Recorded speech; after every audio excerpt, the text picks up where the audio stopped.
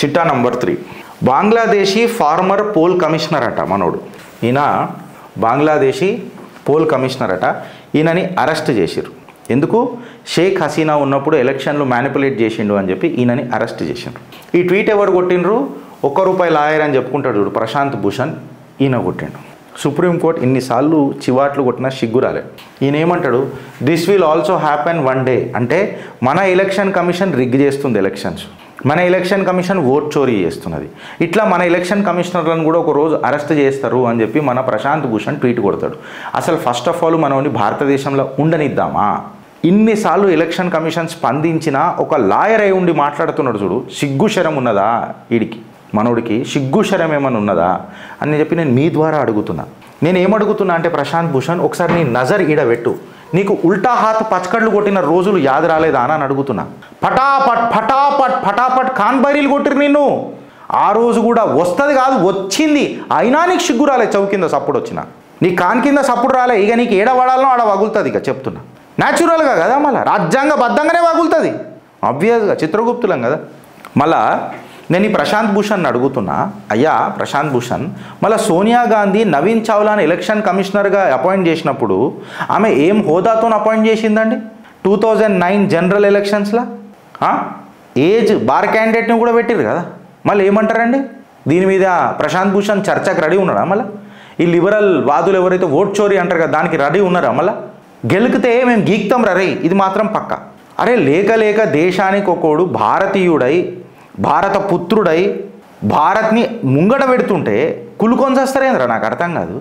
నువ్వు ప్రూవ్ చేయ కదా. మళ్ళీ ఇప్పుడు తెలంగాణలో ఏందిరా భయ్? మళ్ళీ తెలంగాణలో ఇప్పుడు ఓటు రిగ్గింగ్ కాలే, ఈవీఎంలు మంచి పని చేస్తున్నాయా, ఓటు చోరీ ఏం కాలే, ఏం ముచ్చట లేదు. అంటే మీరు ఓడిపోతే అది వ్యభిచారం అయిపోతుంది, మీరు గెలిస్తే అది సంసారం అయిపోతుంది. అంటే మీకోసం బతకాలి నారే కదా దేశం అంతా.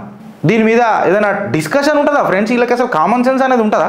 వీడికి ఆగిందా? వీడికి ఆగదు. ఇప్పుడు చూడు, మీకు ఒకటి చెప్తా, ఈ ప్రశాంత్ భూషణ్ లాంటి వాళ్ళకు అడిగి చెవు కింద బజాంచిన కానీ ఆయనకి సిగ్గురాలి. ఇప్పుడు చూడండి మీరు, 1985 బీహార్ ఎలక్షన్స్లో 33 డెత్లు అయినాయి, 156 బూత్లలో రీపోలింగ్లు అయినాయి.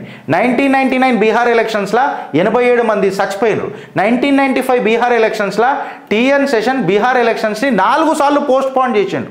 అన్కంట్రోలబుల్ వైలెన్స్ అవుతుందని చెప్పి 4 సార్లు పోస్ట్ పోన్ చేసిండు. 2005లో మీరే ఉన్నారు కదరా కాంగ్రెస్ వాళ్ళు, ఈడ రీపోలింగ్ 660 బూతులలో రీపోలింగ్ జరిగింది, 660. మళ్ళీ అప్పుడు మీ అపాయింటెడ్ ఎలక్షన్ కమిషన్లే ఉన్నారు కదరా నాయన. సిగ్గులు శరాలు ఏమన్నా ఉన్నాయా అని అడుగుతున్నా మీకు. 1985లో ఎవడు ఉండే, 1990లో ఎవడు ఉండే, 1995లో ఎవడు ఉండే, 2005లో ఎవడు ఉండే, 2025లో ఒక్క దగ్గర కూడా మీకు లొల్లేమైనా జరిగిందా? ఏం జరగలే. అందుకే ఓట్ చోరీ అయిపోయింది. మే నరేంద్ర దామోదర్ దాస్ మోదీ ఈశ్వర్కి శపథ లేతాం అని చెప్పి మాట్లాడితే భారతదేశంలో ఇప్పటికీ నాకు తెలిసినంత మట్టుకే, and I speak with bloody data, ఇష్టం వచ్చినట్టు నేను మాట్లాడా, ఐ స్పీక్ విత్ డేటా, నాకు తెలిసిందే చెప్తున్నా. ఇప్పటిదాకా సుమారు 22 మేజర్ అటాక్లు ప్రివెంట్ అయినాయి. ఈ మొగోడు ప్రమాణ స్వీకారం చేసినాక అది నీ ఇంట్లో పేలుడు ఉండొచ్చు, నా ఇంట్లో ఎవడో పోవచ్చు, ఎవడైనా పోవచ్చు, ఎక్కడెక్కడో తిరుగుతాం, అందరు కుటుంబాలు చల్లగా ఉండాలని చెప్తున్నా. 22 మేజర్ అటాక్స్ ప్రివెంట్స్ అయినాయి సిన్స్ ఆపరేషన్ సింధూర్. ఇది కేవలం సిన్స్ ఆపరేషన్ సింధూర్. మీరు 2000 జూలై 11 నుంచి తీసుకొని మన జూలై 11కి, అక్టోబర్ 9కి, మే 20కి, జూలై 20కి ఇట్లా తీసుకొని పోతే 22 మేజర్ అటాక్స్ ప్రివెంట్ అయినాయి. మళ్ళీ మన ఇంటెలిజెన్స్ ఫెయిల్యూర్ అయితే మళ్ళీ పోరాదురా నువ్వు ఇంటెలిజెన్స్కి, నువ్వు సైనికుడివి కారాదురా, ఎందుకు కావురా? అరే నువ్వేం మాట్లాడతావురా అని నన్ను అంటారు. సరే నువ్వన్న పొద్దున కెమెరా పెట్టుకొని మాట్లాడరా, మళ్ళా నీకు చేత కాదు కదా, నీకు చేత కాదు. పొద్దుగాల లేస్తే నీకు దొడ్డి కూడా వస్తుందో లేదో నాకు తెలియదు. అట్లా కాన్స్టిపేటెడ్ బతుకుతావు నువ్వు మాకు సలహాలు ఇస్తావు చూడు, గది ప్రాబ్లం. నువ్వు చేసినాక మాట్లాడు, మేము నిష్పక్షపాతంగా నిర్భయంగా కొన్ని మాట్లాడుతున్నాం. మాకు ఒళ్ళు మడుతుంది. ఏ పార్టీకి వత్తాసు వాళ్ళు కూడా కాదు. నా దేశానికి ఎవడైతే వత్తాసు వలుకుతాడో ఆయన కాళ్ళు కలిగి నెత్తి మీద నిలువ పోసుకుంటాం. నా ధర్మానికి ఎవడైతే సపోర్ట్ చేస్తాడో వాళ్ళ కాళ్ళు కడిగి నెత్తి మీద నిలువ పోసుకుంటాం. ఇవాళ మీకు అభివృద్ధి కావాలి కదా, మతతత్వం వద్దు కదా. సరే అభివృద్ధి కూడా చెప్తా, ఎవడు మాట్లాడుతున్నారు రండి. మళ్ళీ అభివృద్ధి కూడా చెప్తున్నా. మళ్ళీ వరల్డ్ బ్యాంక్ ఇది చిత్రగుప్తు కాదు, చిత్రగుప్తు చలో మోడీ మీడియా అనుకుందాం. నేను భక్తుని కదా, మోడీ భక్తుని కదా మీ దృష్టిలో. మళ్ళీ వరల్డ్ బ్యాంక్ చెప్తున్నదిరా, వరల్డ్ బ్యాంక్ కూడా మోడీ భక్తుడు అయిపోయినా అట్రేగా. వరల్డ్ బ్యాంక్ ఏం చెప్తున్నదిరా, India has better income equality. G7 ఇంకా G20 కలిపిన G7 దేశాలను G20 కలిపిన ఇండియాలో బెటర్ ఇన్కమ్ ఉన్నదని ఓడి చెప్తున్నాడు. వరల్డ్ బ్యాంక్ కూడా చెప్తున్నాడు. ఇండియాకు గినీ ఇండెక్స్ ప్రకారము లోయెస్ట్ స్కోర్ ఉన్నది అని అంటే lower score means more equal income distribution అని చెప్తున్నారు. అలా భారత్ మంచిగా ఉన్నది, లోయెస్ట్ స్కోర్ ఉంటే భారత్ మంచిగా ఉన్నది అని ఆడే చెప్తున్నాడు గినీ ఇండెక్స్ వాడు. ఇది నేను చెప్తలే. భారత్ 25.5 ఉంటే నువ్వు ఓతో చూడు అమెరికన్ డ్రీమ్ అని అది 41.8 ఉన్నది. And you need to have a lowest score for better income. This is what the process says and this is not made by Chitragupt my dear. This is been a clear statement and a mandate given by the World Bank. నేనే వాడిని కొనికిస్కా కొట్టంగాని. NDTV అయితే నిష్పక్షపాతంగా రాస్తారు కదా according to you. మళ్ళీ వాళ్ళు ఇవి బయటికి చెప్పరు.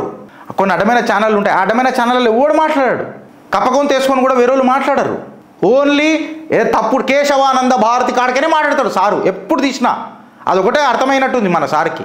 మళ్ళీ ఇవి అర్థం కావు. ఈ ప్రశాంత్ భూషణ్కి అర్థం కావు ఇవన్నీ. 2013లో మింట్లో వచ్చిన కథనం ప్రకారము gold man socks cuts rating on Indian stocks under weight అని చెప్పేసిండు. మన స్టాక్స్ అండర్ వెయిట్ అని చెప్పేసిండ్రు. ఇవాళ 2025లో ఇది మింట్లో వచ్చిన కథనం, ఇది ఎన్డీటీవీలో వచ్చిన కథనం. 2025లో గోల్డ్ మ్యాన్ సాక్స్ అదే ఏమని చెప్తున్నది, నిఫ్టీ ఓవర్ వెయిట్ అని చెప్తున్నది. ఇది ఒక్కటి సరిపోదా? మోడీ హేతో మున్కిన్ హే అని చెప్పనీకే. ఇంకా మీకు ఎన్ని కావాలా? ఇది ఆ రోజటి 3 PM డేటా తీసుకున్నా నేను. మీకు ఎన్ని వచ్చినాయో కాంగ్రెస్కి 7 8 బీహార్లో 4. నేను అప్పుడు చూసినప్పుడు ఒకటే ఉండే, అది కూడా ఇంకా లోడింగ్ అని ఉండే. ఇది ఆ డేటా. సో నన్ను తప్పు అర్థం చేసుకోకరు. ఇది 6 4 7 8 ఏదో ఒకటి. మీరు చూడురు బీహార్లో ఎట్లా పోయారు. 27 నుంచి 2015లో 27 ఉండే, 2020కి వచ్చేసరికి 19 అయింది. ఇప్పుడు వచ్చేసరికి సింగిల్ డిజిట్ పడిపోయింది. లెస్ దెన్ 10 కదా మీకు వచ్చినాయి. అయితే లెస్ దెన్ 10 కదా. మనోడు ఇప్పటికీ 91st డిఫీట్ మా రాహుల్ గాంధీ. దాని గురించి చర్చ ఉండదు. ఓట్ చోరీ అయింది. మళ్ళా ఇప్పుడు పెట్టాలా? అసలైన స్లైడ్ తీసుకురావాలా? ఓట్ చోరీ కథ ఏముంటుందో తీసుకురావాలా? నీకు నిజంగానే చిత్తశుద్ధి ఉంటే రాహుల్ గాంధీ నువ్వు కేసు ఫైల్ చేసి మోడీ ఇగో ఆప్కా మూవ్ కాలా అని చెప్పి మాట్లాడు. సబూత్లు పెట్టి మాట్లాడు. ఏమంటారు లడలడలడ ఉర్లక్. ఈ ఫోటో యాదొచ్చిందా రాహుల్ గాంధీ మీకు? ముఖం కప్పుకొని వచ్చింది మీ నాయనమ్మ. ముఖం కప్పుకొని కోట్లకు వచ్చింది మీ నాయనమ్మ. ఇది క్లాసికల్. మళ్ళీ ఏమంటారు దీన్ని? ఓట్ చోరీ అంటారా? ఏమంటారు దీన్ని? ఏమంటారు? మీ అమ్మగారు అయితే ఎలక్షన్ కమిషన్ అపాయింట్ చేశారు. ఏ హోదాలు అపాయింట్ చేశారు? ఏ హోదాలు అపాయింట్ చేసిండు? లేవు. అంగూర్ ఖావ్ అంటున్నా. లల్లూ ప్రసాద్ యాదవ్ని పక్కోడు ఉన్నాడుగా. ఆయన ఏమన్నాడు? మోడీకి ఇల్లు లేరు, మోడీకు పరివార్ నయ్యే, మోడీ ఏ నయ్యే, మోడీ ఓ నయ్యే, ఉनको कुछ परिवार नहीं అన్నాడు. అరే పరివార్ లేకపోవడం ఓకేరా భయ్. 148 కోట్ల జనాభా. ఆయనను ఒక బాబు అనుకుంటాడు, ఒక బాబాయ్ అనుకుంటాడు, ఒక ఇన్స్పిరేషన్ అనుకుంటాడు, ఒక కాక అనుకుంటాడు, ఒక అన్న అనుకుంటాడు, ఒకడు తమ్ముడు అనుకుంటాడు, ఒకడు నా నాయకుడు అనుకుంటాడు, నా దిల్కి దడకని అనుకుంటాడు. నీ బిడ్డనే నేను మూతిమిద్ద అనిపోయింది. నా ఫ్యామిలీ నాకొద్దు అని చెప్పి తూ అని కాకరించి ఉంచిపోయింది నీ బిడ్డే. తీసుకో ఇప్పుడు అంగూరు పెట్టుకో, ఎడబెట్టుకుంటావు. నీ వయసుకు రెస్పెక్ట్ ఇచ్చి మాట్లాడతా లల్లు. అరే పశువుల దానాల గొటాల చేసినోడివి నువ్వు.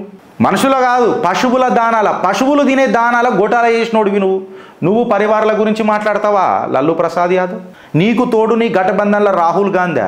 ఖాందానీ చోరీలీలు, ఖాందానీ ఓట్ చోరీలీలు. వీళ్ళ బీజాలే ఓట్ చోరీల కాడికని వచ్చినాయి. వీళ్ళకు వత్తాస వాళ్ళకేది ప్రశాంత్ భూషణ్. మళ్ళీ ప్రశాంత్ భూషణ్ ఎవడు? చౌ కింద భల్లమని వేల్చిరు. యూట్యూబ్లో కొట్టురు మీరు పోయి. సిగ్గులు రావు అసలు ఉంటే కదా రానికి. మీ అభిప్రాయం ఏందో జర చెప్పురి ఫ్రెండ్స్ దీని మీద. భారత్ మాతాకి జై.